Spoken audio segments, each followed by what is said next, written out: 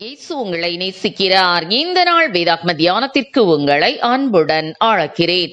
ஆதலால் அவர்களுடைய கனிகளினாலே அவர்களை அறிவீர்கள். மத்தேயு 7:20. 2 மாதங்களுக்கு மேலாக கப்பலிலேயே தொடர்ந்து பயணம் செய்து வந்த கொலம்பஸ் மற்றும் அவரின் குழுவினர்கள் 1492 ஆண்டு அக்டோபர் மாதத்தின் ஒரு நாளில் சான் சல்வேடோர் கடற்கரையின் தரைப்பகுதியில் கரையேறினர். கரையேறினவுடன் அவர்கள் தேவனுக்கு நன்றி செலுத்தினர். அதன் பின் தாங்கள் வந்து சேர்ந்துள்ள பகுதி எதுவாக இருக்கும் என்று அவர்களுக்குள்ளாகவே பேசிக் கொண்டார்கள்.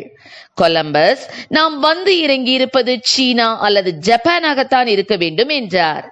ஆனால் ஆங்காங்கே புதர்களிலிருந்து வெளியே வருகிற ஜனங்களின் முகங்களோ நிறங்களோ கண் அமைப்புகளோ சீனர்களை போன்று இல்லாததை கவனித்த அவர்கள் தங்கள் எண்ணங்களை மாற்றிக்கொண்டு, நாம் காண்கிற இந்த மக்கள் இந்தியர்கள்தான் என்றும் இந்தியாவுக்குத்தான் வந்து சேர்ந்திருக்கிறோம் என்றும் கொலம்பஸும் அவரது குழுவினரும் தீர்மானித்துக் கொண்டனர்.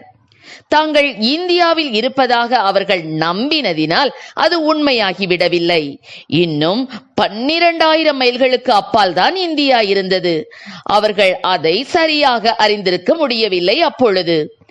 ஆம், என கருமையானவர்களே, அதை போன்றே இன்றைய நம் உலக வாழ்விலும் ஆவிக்குரிய வாழ்விலும் நாமும் அநேகரை தவறுதலாக புரிந்து கொண்டு மதிப்பிடுகிறவர்களாக இருக்கிறோம். குறிப்பாக ஆவிக்குரிய வட்டத்தில் சில போலியான விசுவாசிகள், உண்மையற்ற ஊழியர்கள் ஆகியோரால் அறியாமையிலுள்ள மற்றும் எச்சரிக்கை இல்லாத அநேகர் வஞ்சிக்கப்படுகின்றனர். இவற்றை குறித்து நமது ஆண்டவர் மத்தேயு 7:15 முதல் 17 வரை உள்ள வசனங்களில் கள்ள தீர்க்கதரிசிகளுக்கு எச்சரிக்கையாயிருங்கள், அவர்கள் ஆட்டுத்தோலை போர்த்து கொண்டு உங்களிடத்தில் வருவார்கள், உள்ளத்திலோ அவர்கள் பட்சிக்கிற ஓநாய்கள், அவர்களுடைய கனிகளினாலே அவர்களை அறிவீர்கள் என்று கூறுகிறார். ஆகவே நாமும் கனி கொடுக்கிறவர்களாக இருக்க வேண்டும். பிறரையும் கனிகளினால் மட்டுமே அறிந்து கொள்ள வேண்டும். ஒரு ஊழியக்காரரிடம் உண்மையும் தாழ்மையும் தேவ அன்பும் இருக்கிறதா என்றும் அவர் தன்னை மேன்மைப்படுத்தும்படி நடந்து கொள்கிறாரா எனவும் அறிய வேண்டும்.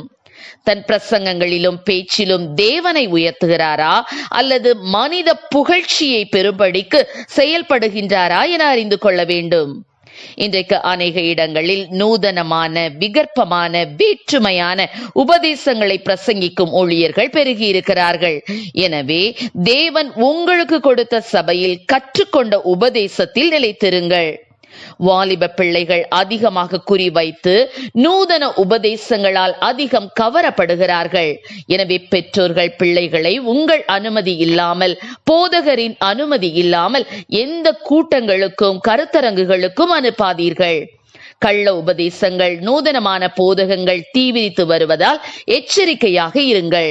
கள்ள தீர்க்கதரிசிகள் தெரிந்து கொள்ளப்பட்டவர்களையும் வஞ்சிக்கத்தக்கதாக அடையாளங்களையும் அற்புதங்களையும் செய்வார்கள். தீர்க்கதரிசி என்னும் நாமத்தை கொண்டு பொய்யான தீர்க்க தரிசனம் சொல்வார்கள். ஏமாந்து போக வேண்டாம்.